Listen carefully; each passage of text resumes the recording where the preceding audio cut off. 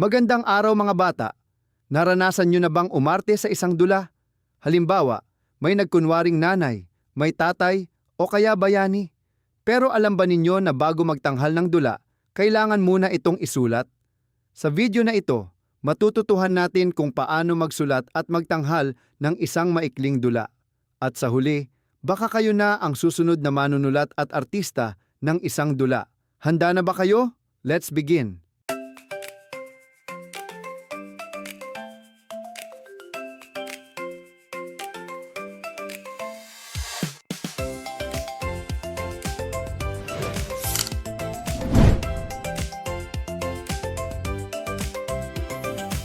Ang dula ay isang uri ng panitikan na itinatanghal sa harap ng manunood. Ito ay may mga tauhan na nagsasalita at kumikilos upang maipakita ang isang kwento.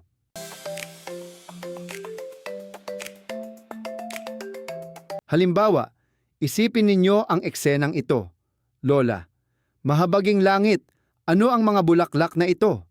Apo, bakit po kayo natatakot, Lola? Ang ganda naman po ng mga bulaklak. Kapag ito ay inaarte ng mga tao, nagiging dula ito.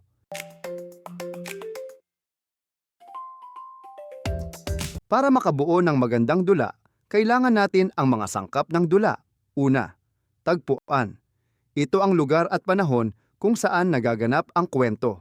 Halimbawa, sa bahay, sa paaralan, sa parke.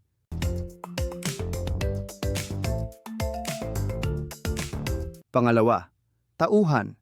Sila ang mga karakter sa kwento. Halimbawa, nanay, tatay, bata, guro.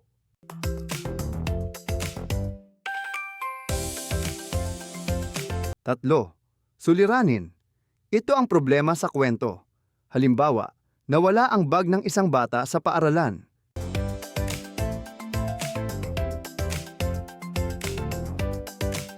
Apat, tunggalian. Ito ang pagsubok o labanan ng mga tauhan sa problema.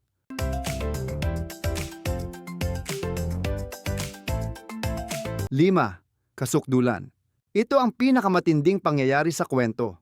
Halimbawa, nahuli na kung sino ang kumuha ng bag.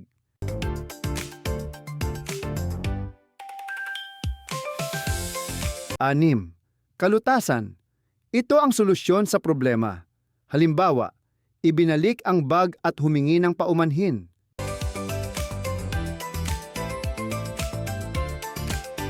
Bukod sa sangkap, mayroon ding mga elemento ng dula. Script. Ito ang nakasulat na kwento ng dula.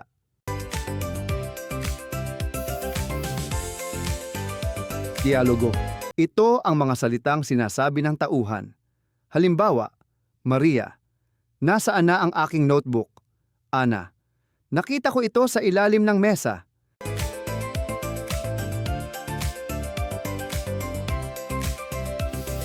Aktor. Sila ang gumaganap sa mga tauhan.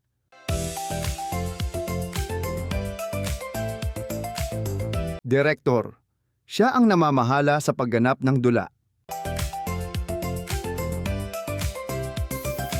Manonood. Sila ang nanonood sa pagtatanghal. Kapag nagsusulat ng dula, mahalaga ang maayos na dialogo at kilos ng tauhan. Halimbawa ng simpleng dialogo. Lola, mahabaging langit. Apo, bakit po kayo natatakot sa mga bulaklak? Mas nagiging buhay ang kwento kapag may malinaw na kilos at damdamin ang tauhan. Halimbawa, lumapit ang bata sa lola at nagtataka. Apo, Lola, bakit po kayo natatakot? Nakikita ninyo? Mas nagiging interesado ang dula kapag may kilos at emosyon.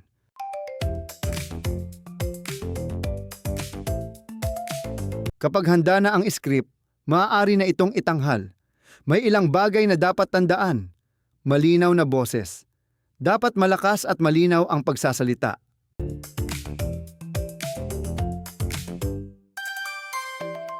Tamang ekspresyon.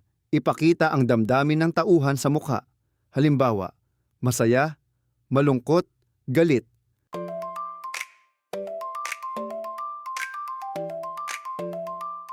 Tamang kilos.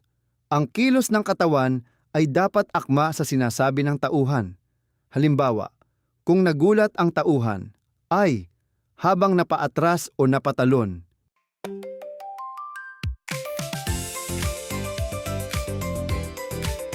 Ngayon ay natutuhan natin na ang isang maikling dula ay may sangkap ng dula, mga elemento ng dula, script na may dialogo, at mahusay na pagtatanghal.